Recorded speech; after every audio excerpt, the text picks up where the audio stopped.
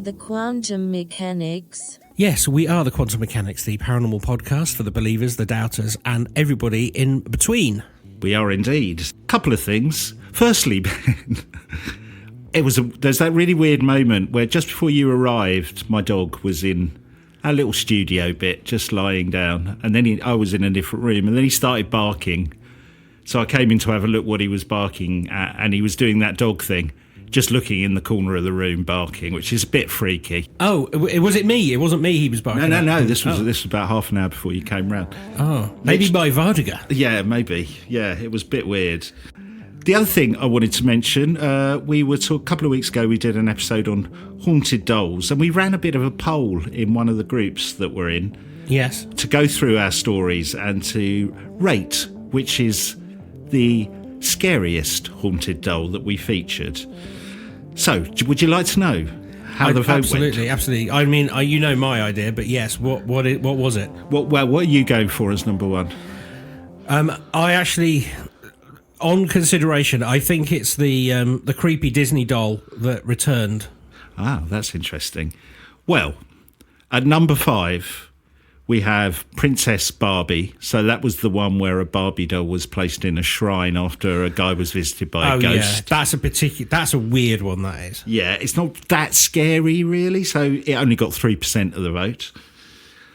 Actually, number 4 was the one you thought might be number 1. Elsa from Frozen, the doll that was a bit like Toy Story, just kept coming back and laughed at its owner when they tried to get rid of it. Nobody needs a sentient Elsa. No, but that got 8% of the vote.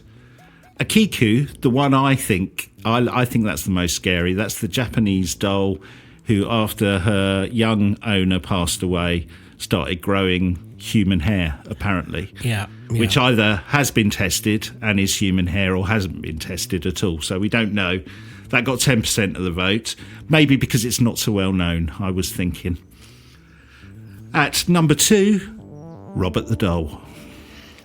I'm not saying anything bad about Robert. No, I'm not even going to mention what Robert's done, but he got 28% of the vote. Good one, Robert. Which leaves us with the number 1, the world's scariest doll, Annabelle. She has had most of the publicity as well. Yeah, she got 51% of the vote. Nice.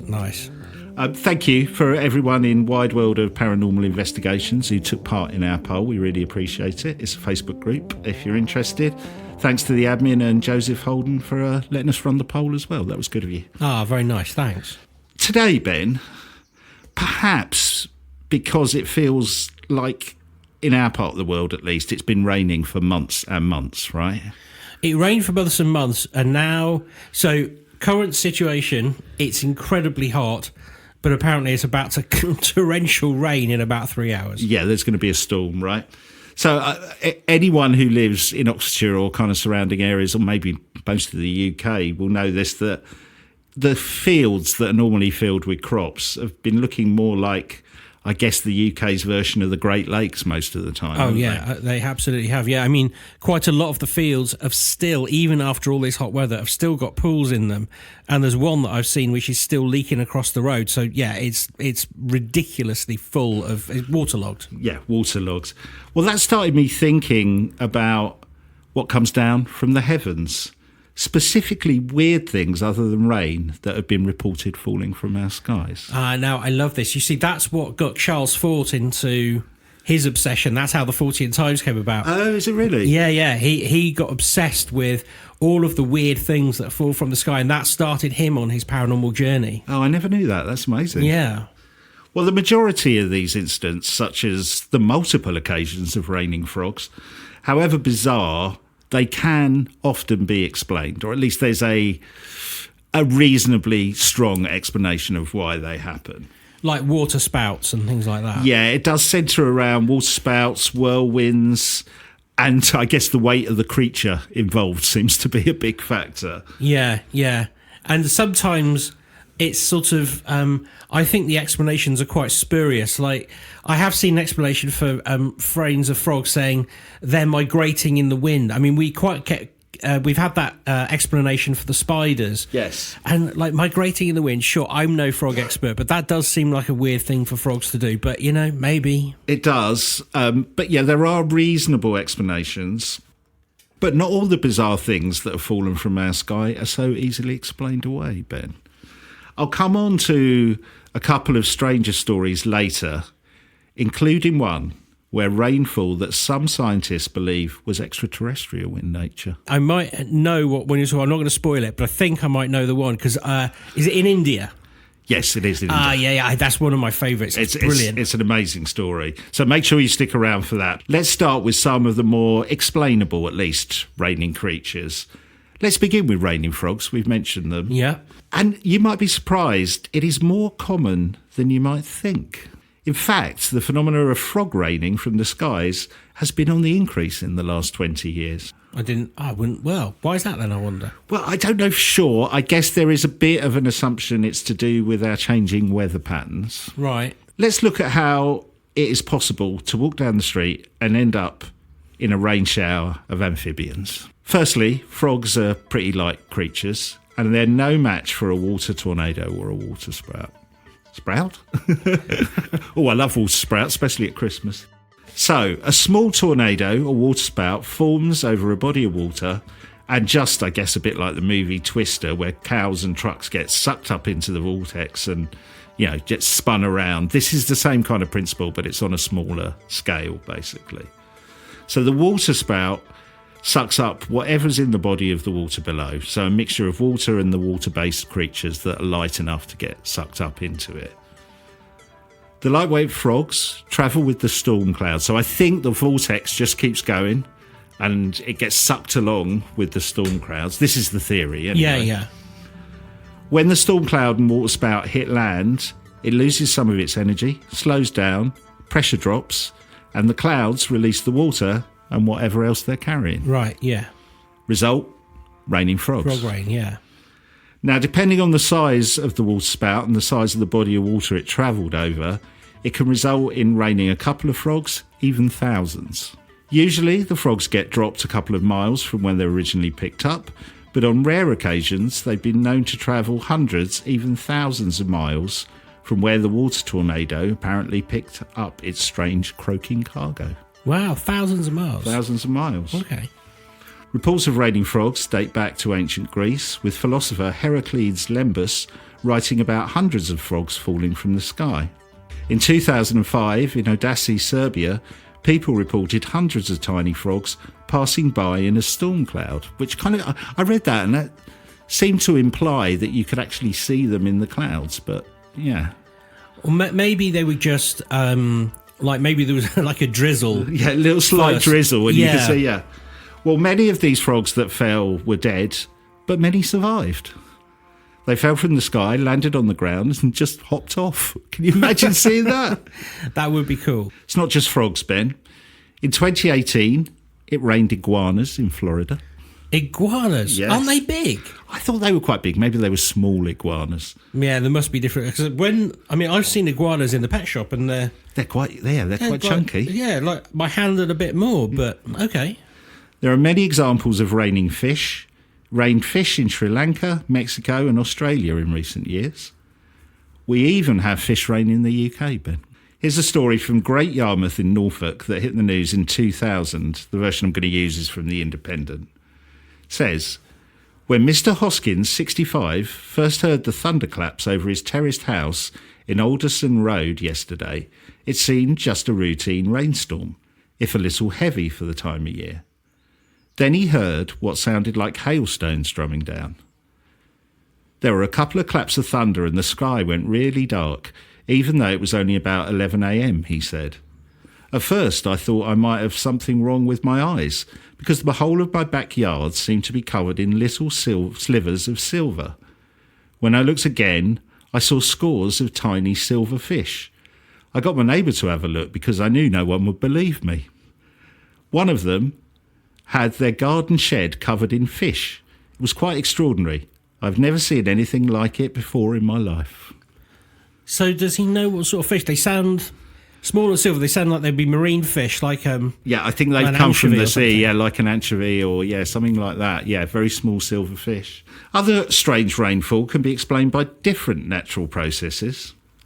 In Arkansas in the US, on New Year's Eve, thousands of dead birds fell to the ground. It was estimated that 5,000 dead birds fell from the sky in a matter of minutes. As to the cause, well, there could be a hint in the date. April 1st. New Year's Eve. Oh, New Year's Eve. Oh, wait, fireworks. Yep.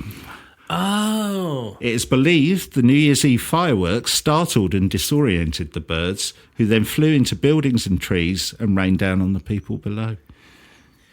You don't think of that, do you, when there's a fireworks display? No, there is a sort of a growing movement towards like either drone sort of fireworks or silent fireworks, because there's all sorts of evidence that it really confuses not just birds but like land-dwelling mammals and things, and stops them breeding and all sorts. So that does make sense, particularly if there was an indigenous population of birds that were like maybe, I don't know, breeding or something. That does make sense. Yeah. A horrible thing to see, though. It really is, yeah.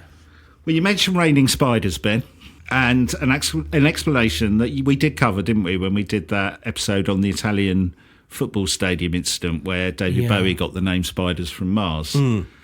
It's a phenomenon known as ballooning. It is the process where spiders climb to a high point of a tree, spin a strand of silk that allows them to be carried on the breeze.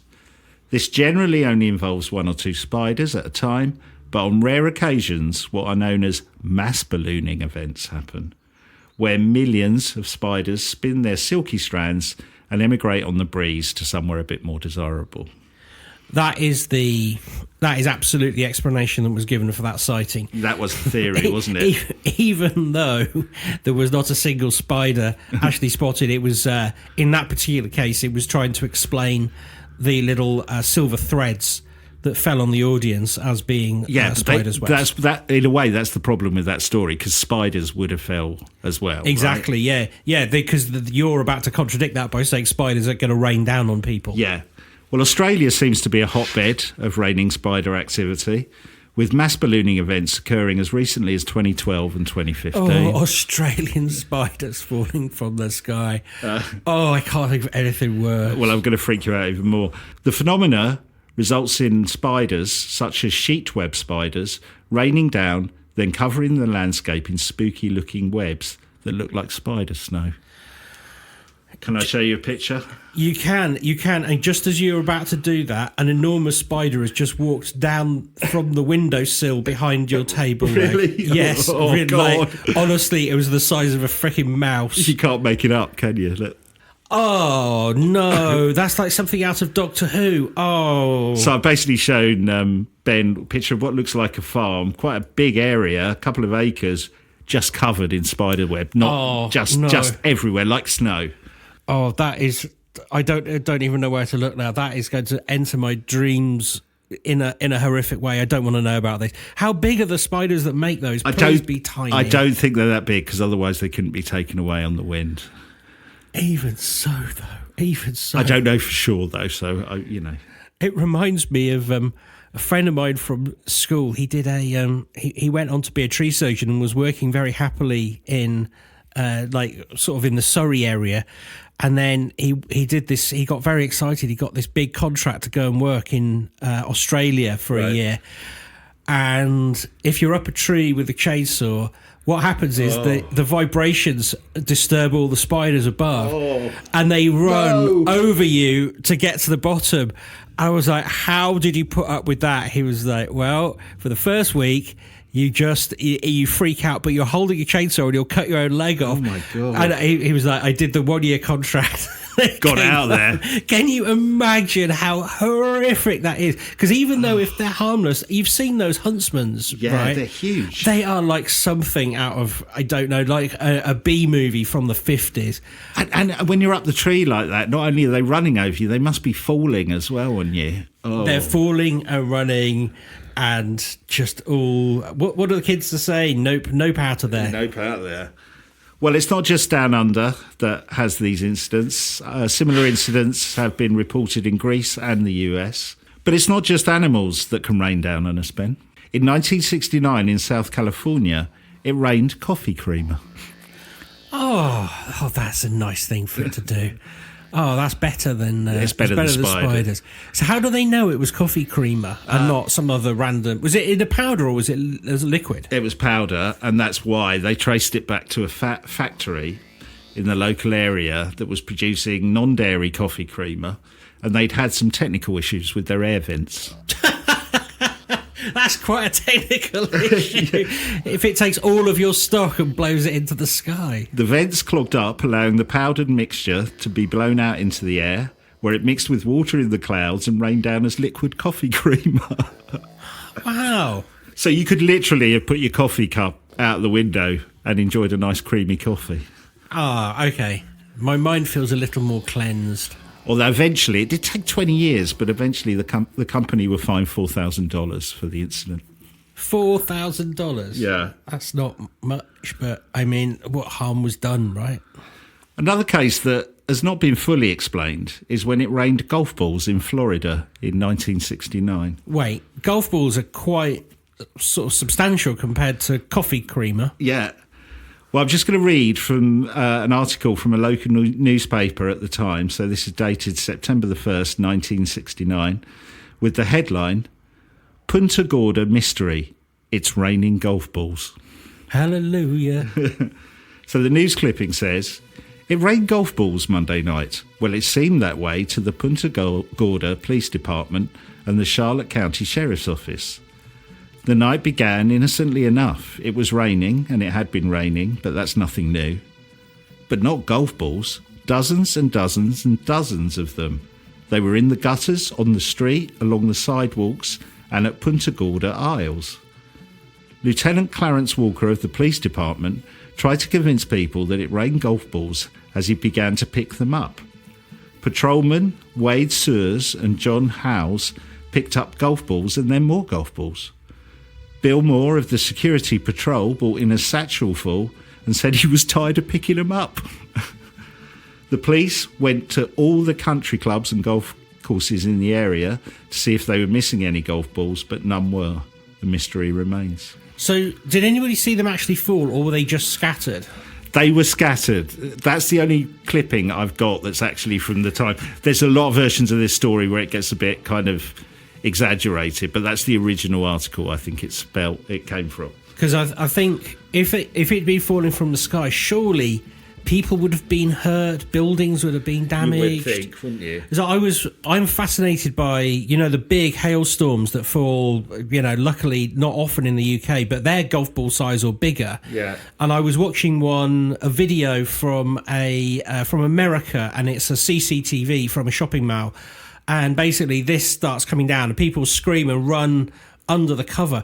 And these cars are just being destroyed. I mean, right. Like covered in dents. The windows are getting smashed through with these things. So you would imagine an actual golf ball would do more damage than a piece of ice, perhaps. You would. The one thing it did make me think, though, this happened in Florida where it did rain iguanas in 2018. So I guess it could be that the golf balls were on a course, got scooped up by a kind of mini tornado and came down as a shower of balls. But like you say, they look chunky. Maybe they're light enough to be, I guess they're not going to weigh more than an iguana, are they? Well, there's one very famous person who owns a golf club in Florida. I mean... Yeah. Maybe it was just him practicing. Maybe not in 1969. So, well, if you go with that theory, though, because none of the local clubs said that there were any missing. So, excuse the pun, they must have travelled a fair way. Oh. And that, ladies and gentlemen, is the end of this podcast. Well, all those stories I've just featured, I guess, could be explained away by that natural waterspout phenomenon or, mixing your powdered creamer into the sky. Yeah. That sounds like the worst euphemism ever. Yeah. So what we got? We got meteorological explanations, kind of natural events like the spiders, or human phenomena like the creamer. That's all right, let's move on. And ballooning. Yeah. The next two stories I have can't be explained so easily. Let's start with one of the strangest incidents of bizarre things falling out the sky, which happened in the American state of Kentucky on the 3rd of March 1876. Oh, was it fried chicken? No, it wasn't. Oh. Although it did become known as the Kentucky Meat Shower. Oh, I wasn't far off then. No. According to witnesses, on the 3rd of March 1876, large hunks of flesh fell from the sky over Olympia Springs in Bath County, Kentucky. Oh, delicious. The story features in a New York Times article published a week after the incident. The bizarre events happened near the home of Alan Crouch. His wife was outside their home making soap when it happened. What? Back in the day, you made your own soap, I guess. Did you? Yeah. I guess you're on a farm, you can use fat and various bits to make your own soap. I suppose so. Mrs. Crouch was happily working away when suddenly large pieces of meat started to rain down on her and the property. According to the New York Times article, Mrs. Crouch described the raining meat as looking like beef. Looking like or tasting like? Well, I'm going to come on to what it tastes like. What? Somebody ate it? Yes, somebody ate it. Although, I must admit, I thought you wouldn't pick up on that raining beef. I started going all UFO, but it's not going in that direction. Ah, okay. No, I mean, I think I've got a theory, but let me see if it goes along with what other people's theories were. All right. Mrs. Crouch said that the sky was perfectly clear at the time and the meat fell like large snowflakes. Wow. But again, wouldn't you fear for your life? I mean, again, meat's not particularly light. No. I've dropped a beef shin on my foot and it hurt a bit. Well, we'll come on to the size of these bits in a minute. The day after the incident, a Mr. Harrison Gill, whose veracity the New York Times described as unquestionable, visited the Crouch residence. He described seeing pieces of meat sticking out of fences and scattered all across the ground. At least one piece measured 10 centimetres, which is, I guess, about 4 inches. But on average, they measured 5 by 5 centimetres square. That is quite small. Oh, yeah, that's not going to hurt you. The pieces of meat were described as fresh when they fell from the sky, but a day later were starting to spoil. And were they neatly cut, or they were just random? No, they were random as far as I know. 2 other men who arrived on the scene the next day tried the meat. Tried the meat? They said it had the flavour of either venison or mutton. I mean, you don't look at suspicious meat and go, well, let's just taste it. Yeah. Well, especially when we get onto one of the theories. So, Ben, at the time, there were a number of theories about what this meat-like substance actually was and how it managed to rain from the skies. The first came from Leopold Brandis, who received a sample from the site preserved in glycerin. Leopold concluded the meat wasn't meat at all. Scientific America reported in 1876 that it has been comparatively easy to identify the substance and to fix its status. The Kentucky Wonder is no more or less than nostoc. So, nostoc is a type of bacteria, got some great names. It's also known as star jelly. Oh, I come across star jelly, yeah. Troll's butter, witch's butter, or spit of moon. Right, okay, but that doesn't look like meat, does it? Well, this is the point. This mainly green-coloured bacteria clumps together when wet, and it looks a bit like nasal mucus, but it's green. Leopold summarised that it either expanded during the rain and the Crouch family had mistakenly thought it had come down from the sky, which seems a bit unlikely, or it had been sucked up into the rain in its dry form, then expanded and fallen back down to earth. I mean, I'm going to very much guess, though, that they described it as looking like beef, and someone says it tastes like mutton. That does not, I'm sure, describe clumped bacteria. Well, you're right, and there are some problems with Leopold's theory. Firstly, nostoc bacteria is generally green, not the typical colour of meat, and the taste. Secondly, it hadn't rained. There wasn't a cloud in the sky, and there hadn't been during that day. So there were no rain clouds for it to come down from. So his theory doesn't really stand up.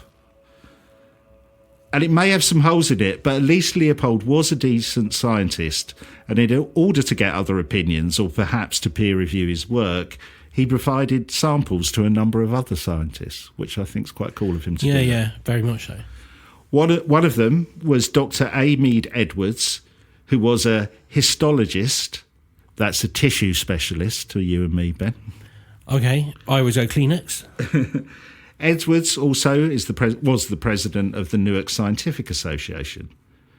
Dr. Edwards, this is going to freak you out, Dr. Edwards concluded that the meat-like substance was likely lung tissue from either a human infant or a horse. I mean, they're notoriously very similar. Yeah. How? Why? He just did tests and that's what he thought it was. But where the hell would that come from? Don't know. And so those people might have been cannibal.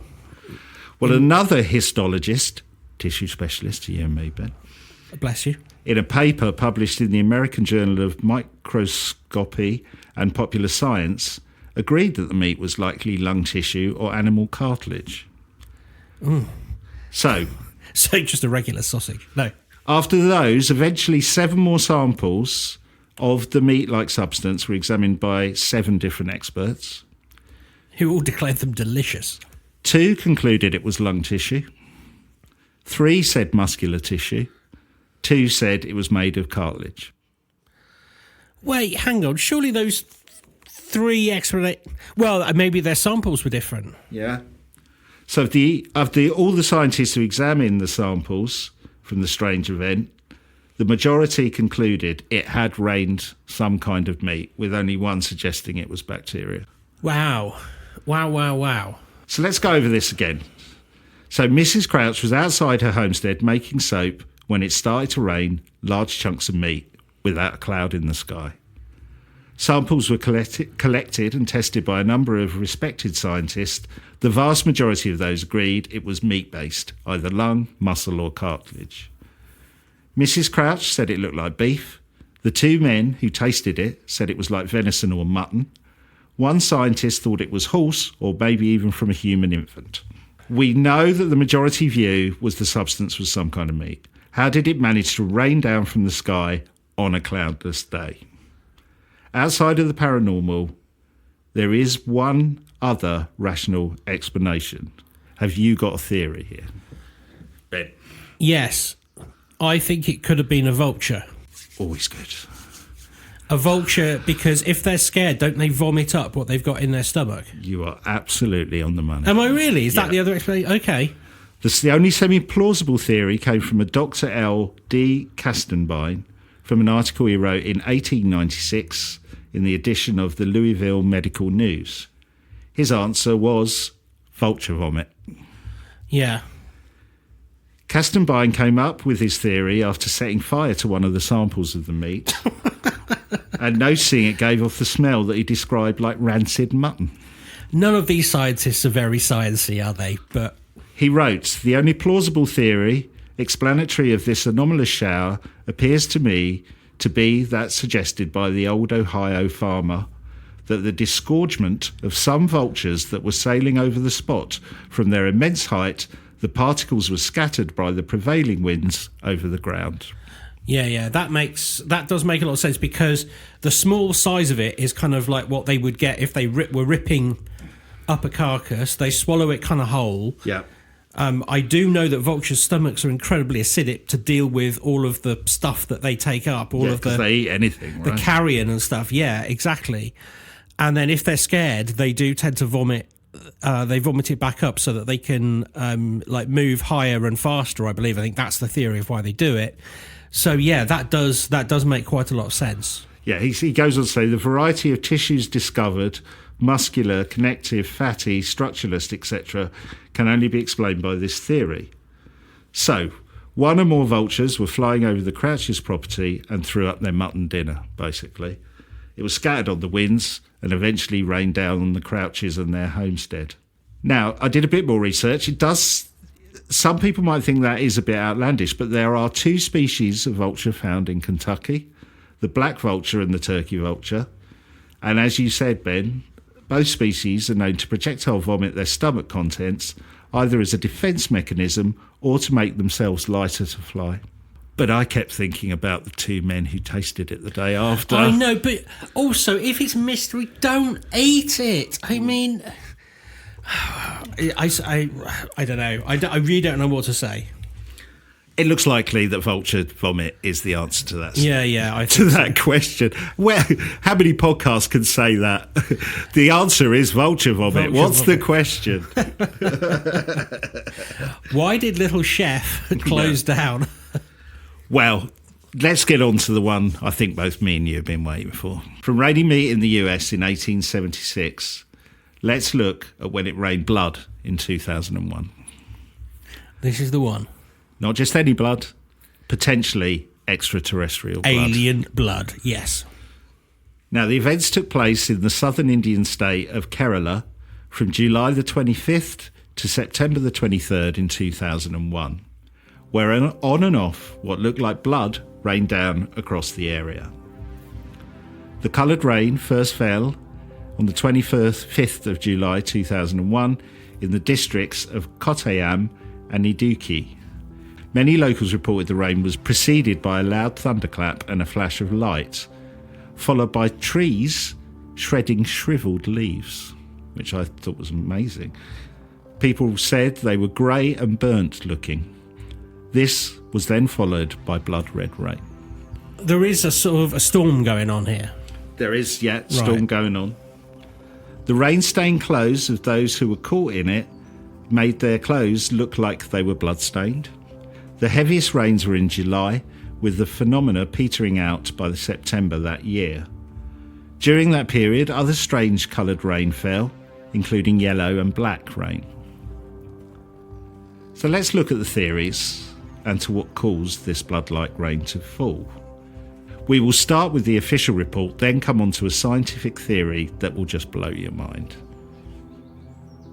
Initially, the Centre for Earth Science Studies put out a statement saying the phenomena was likely caused by an exploding meteor. So that was the first official statement. However, when the rain continued to fall past a couple of days, they then retracted that statement. So then they said, no, it's not that at all. They then issued a joint statement with the Tropical Botanical Garden and Research Institute, concluding that the rainwater contained some kind of spore that had coloured the rain red. Oh yeah, that makes sense. They expanded this theory in a report in November 2001, saying it is likely the source of the red rain was a type of algae which grows on tree bark, damp soil and rocks. And a bit like the earlier story, it had been sucked up into the clouds and coloured the rain. So a bit like the coffee creamer. Yeah. Though a bit like the last story, this algae is generally green, not red. Okay, but you do get red algae though, don't you? You do, but not the type they said it was. Not the type they said, okay. So the theory goes that due to heavy rain, the abundance of this algae was produced, the spores were sucked up into the atmosphere and came down as red rain. After analysis, they ruled out their earlier meteor theory, and they also ruled out any type of volcanic dust or desert sand, which is the normal explanation if you get that kind of red-coloured rain. I remember we had something like that in London once, where it come over from the Sahara or somewhere. Yeah, quite often, like, in recent times, you get your car covered in sand, and that's what that is. Yeah. What did puzzle the scientists was the presence of aluminium and phosphorus, which should not be there, or at least not found in the quantities it was in the samples. There was also a significant amount of heavy metals found in the samples, so not Motorhead or Metallica, but nickel, manganese, titanium, chromium and copper were all found in the samples as well. That doesn't sound too biological. No. In my reading of it, they kind of, when you go through, I haven't read the whole report, but I've been through bits of it, it felt like they just had this theory that it was the algae and just kept pushing that narrative and kind of ignored all the other stuff that shouldn't be there. So I guess there was some kind of inherent bias in what they were putting out, in my mind. Other less scientific research theories have also been put forward, including dust from the desert, though this was ruled out from the scientists tested it. One theory put forward is that it was a large flock of bats that may have been killed at high altitude, perhaps by the meteor, and that their blood mixed with the rain, and then it came down. Yeah, that sounds like 3 pints into a pub conversation explanation. There are quite a few holes in that theory. In short, and there's no evidence. I think I can spot one of them from the outset, but yeah. Well, also they tested this stuff and it wasn't bad. They tested or tasted? Tested. I was going to say, I'm fed up of people tasting stuff. They got the other two guys in. Who the hell's going to try this? Get those guys who did the vomit. Oh, we love stuff out of the sky. It's delicious. Now, I said that this blood rain could have been extraterrestrial in origin. Should we get onto that theory? That's the only one I'm interested in.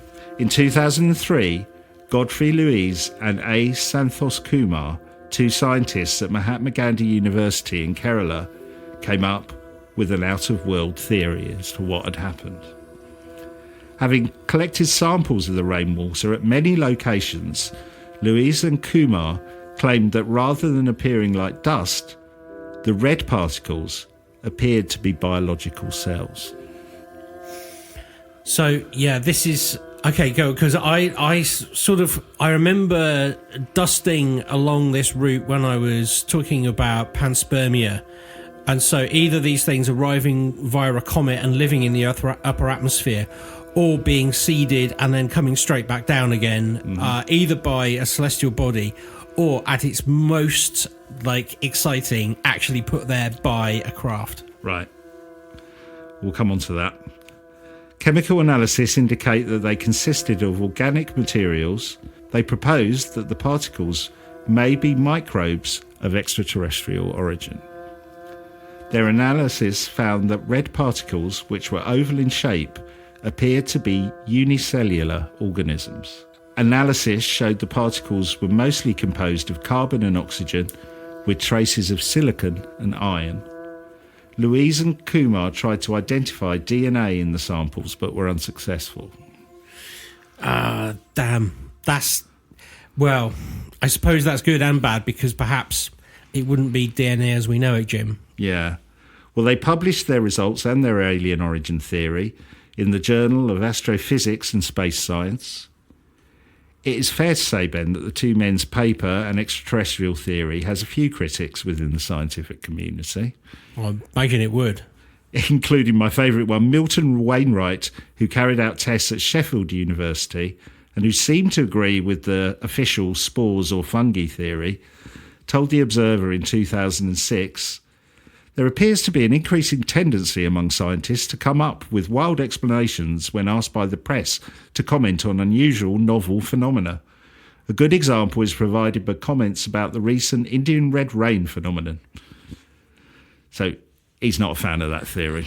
Yeah, but you see, I hate that sort of thing, because it's like he's not criticising the methodology or the reasoning that sits behind it. He's basically saying, oh, they just say it for attention. Yeah. But that is all the way through history, it's the scientists who have said stuff that has maybe upset people that has caused these things to become understood. I refer, ladies and gentlemen of the jury, to Copernicus. You can't just say it's unusual, so it's not true. Yeah. Damn it. Yeah. Well, the scientists behind the alien theory have also put forward another idea that the rain may not necessarily be extraterrestrial, but could be prehistoric.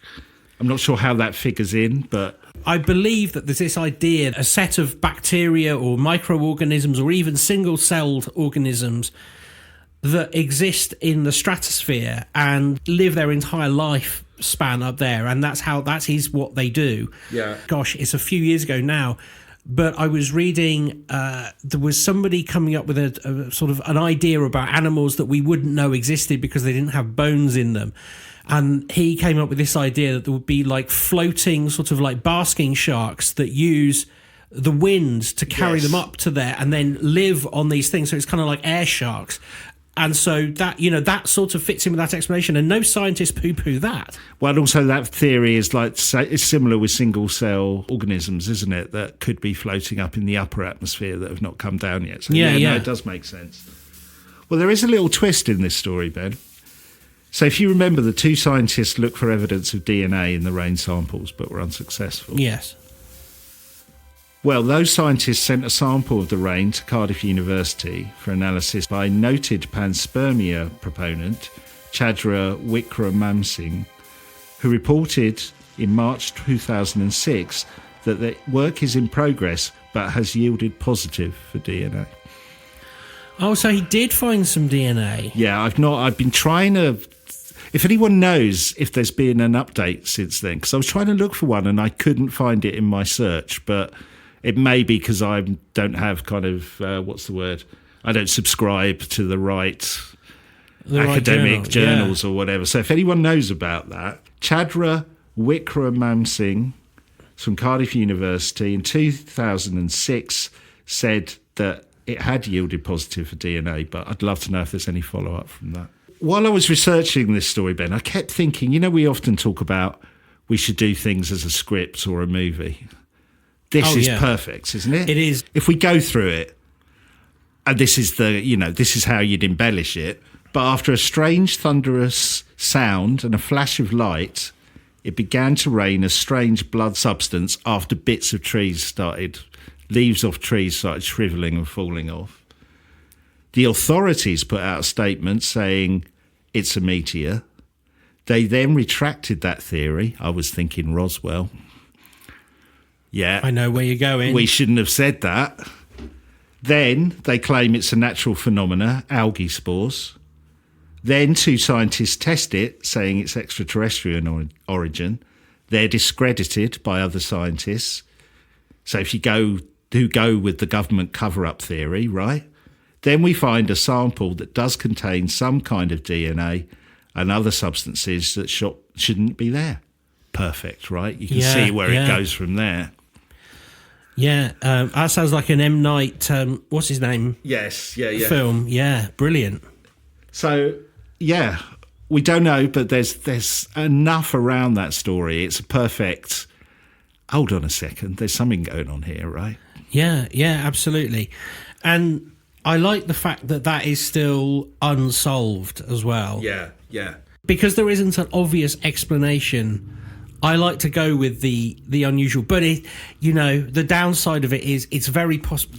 It's completely possible that somewhere down the road was some kind of avant-garde modern artist who's making paint out of blood, and they accidentally put it into the atmosphere because of their extractors going wrong, just like the coffee creamer. It's possible, isn't it? It is, but it rained that way for quite a while. Right, okay. Well, maybe it was a lot of people. Yeah. Maybe it was a big extended project. Yeah, but I don't know. I really hope that that's true. But the other thing about it is, that makes me also think we have to be very careful, because in that way, that's how viruses can be introduced. Yeah, exactly. There's all kinds of stuff, yeah. Yeah. Do you remember the episode about the aliens looking like, what's it called? The Grim Reaper. Yes. Hosing out villages before they go down with the plague. That was red stuff, wasn't it? Well, some other reports were, yeah. Yeah. Well, should we end with one more short story? If there's anything you would like to rain down from the sky, Ben, for me, money would certainly be up there, wouldn't it? I think, I was immediately going food stuff, so I was thinking probably, Revels. Oh, that'd be good. The orange Revels. Yeah. Because you never get enough in a bag. Yeah. Last time I bought some, I counted up, I had 4 in my bag of Revels.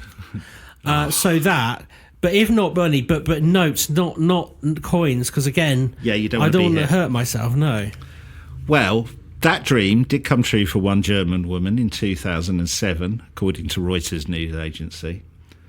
A German motorist, surprised by euro notes swirling in the air around her car, hit the brakes and collected a substantial amount of money before turning it over to the police. The authorities in Worms. A police spokesman in the small western town said the 24-year-old woman saw the money flying through the air in her rearview mirror late on Wednesday. She pulled over and tried to collect all the notes, but was unsuccessful. Did they find out where they came from? No. See, that sounds like there was a case. It was maybe 40 years ago. It wasn't coming down from the sky. It was blowing across a motorway or a main road. Right. And loads of motorists stopped to collect it. And quite a lot of them did hand it into the police. Not everybody. But the downside was it was notes going off to be Destroyed. Yes. That. Yes. Well, there are quite a few examples of raining money, actually. There was a lot more stories out there of that. There are, various ones of police raiding hotel rooms and people throwing bags of money out before they could. Oh, yeah, of course. Even one that was supposed to be like a drug mule type plane that was being chased, and they threw everything, money and their cargo, out before they landed or were brought down by the authorities. So raiding money does happen more than you would expect, but I think it's generally...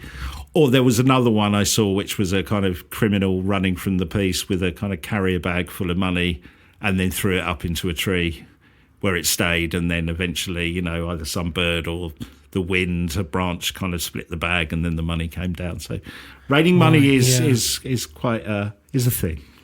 Well, I mean, do you know, 20 years ago, maybe I'm just imagining it, or maybe a little bit more, but certainly when I was a teenager, maybe once every 3 months you'd find a fiver on the street, wouldn't you? Yeah.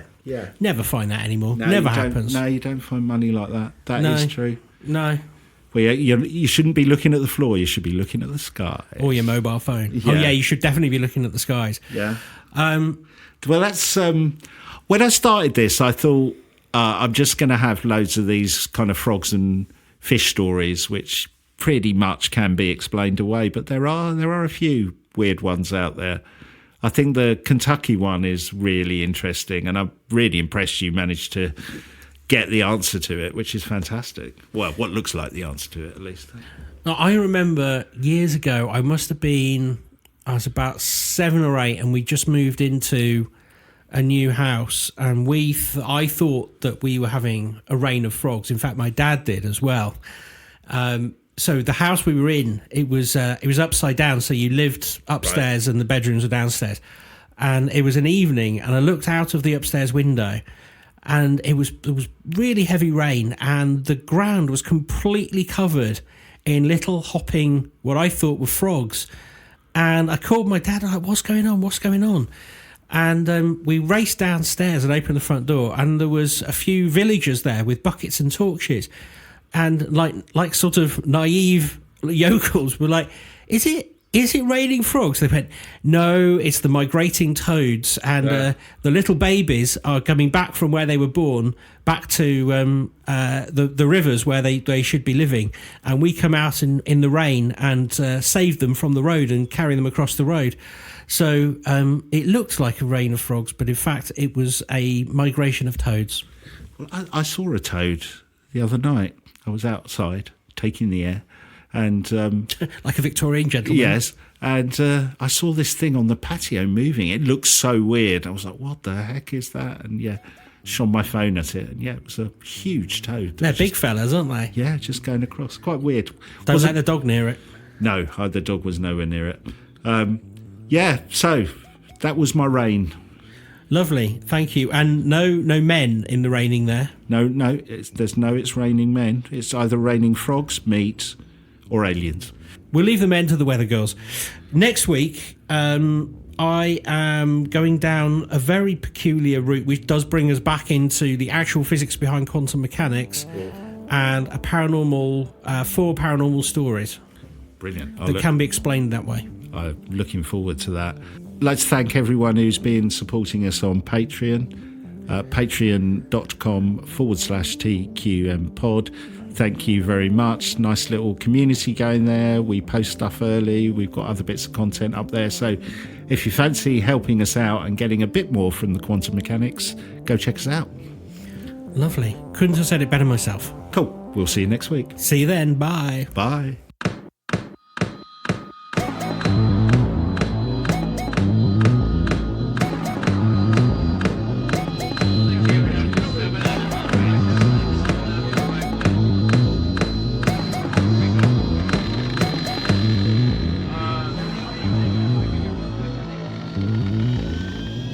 you the quantum mechanics?